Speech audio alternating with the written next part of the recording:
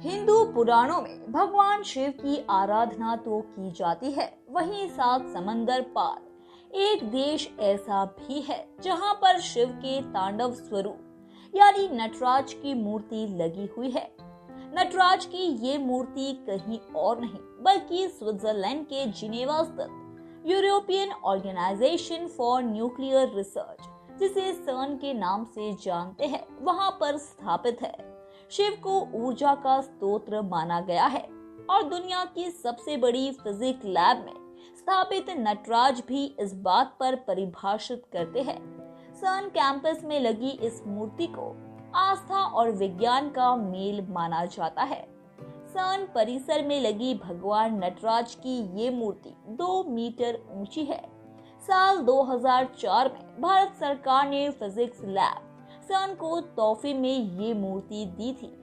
18 जून 2004 को इस मूर्ति का अनावरण किया गया। एक लेबोरेटरी में भगवान की मूर्ति पर भी वैज्ञानिकों के पास अपने तर्क है। इस मूर्ति के नीचे एक पट्टी लगी है और इस पर मशहूर भौतिक विज्ञानी फ्रिटजोफ कैप्रा की कुछ लाइनें लिखी है।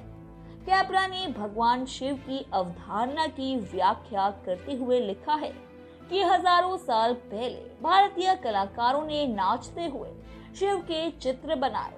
कांसे के बने डांसिंग शिवा की सीरीज में मूर्तियां हैं। हमारे समय में ये फिजिक्स की एडवांस टेक्नोलॉजी की मदद से कॉस्मिक डांस को चित्रित करते हैं। कॉस्मिक डांस का स्वरूप पौराणिक कथाओं से मेल खाता है। ये धार्मिक कलाकारी और मॉडर्न फिजिक्स का मिश्रण है। कैप्रा ने वो दताओ ऑफ फिजिक्स में शिव की अवधारणा के साथ विज्ञान के मेल को लेकर लिखा है। शिव का नाचता हुआ रूप ब्रह्मांड के अस्तित्व को रेखांकित करता है।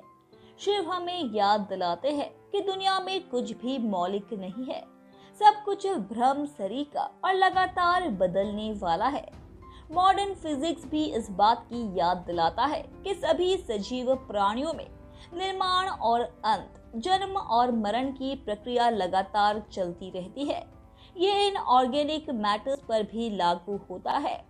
कैप्रा ने आगे मॉडर्न फिजिक्स इस बात को सामने लाता है कि किसी भी पदार्थ का अस्तित्व ही निर्माण और अंत के नित्य पर आधारित है।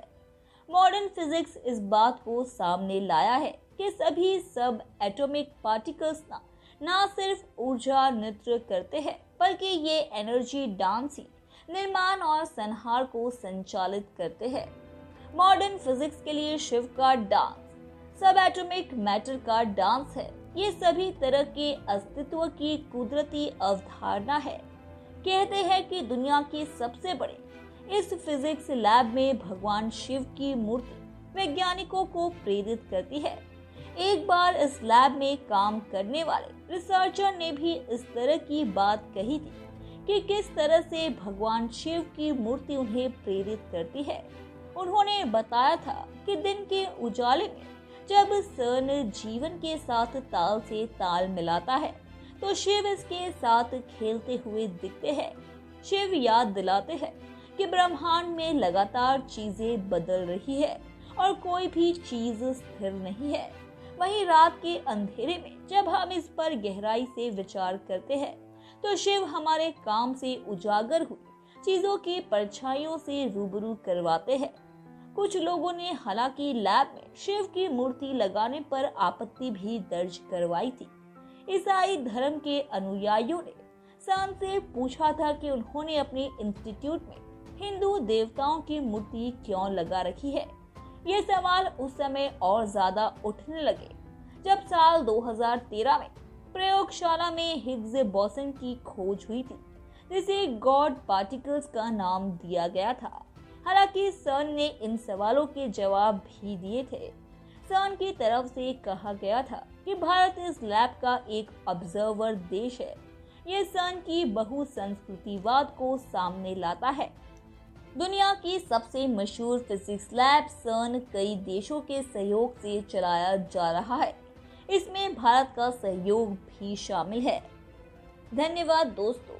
उम्मीद है कि आपको हमारे द्वारा बताई गई जानकारी काफी पसंद आई होगी। इसलिए ऐसे ही रोचक तथ्यों और रहस्यों को जानते रहने के लिए हमारे चैनल को सब्सक्राइब करें। अपनी प्रतिक्रिया कमेंट बॉक्स में दें, उसे लाइक करें और अपने दोस्तों रिश्तेदारों को भी इस जानकारी से रूबरू कराने के लिए हमारे इस चैनल को ज़्यादा से ज़्यादा शेयर करें। धन्यवाद।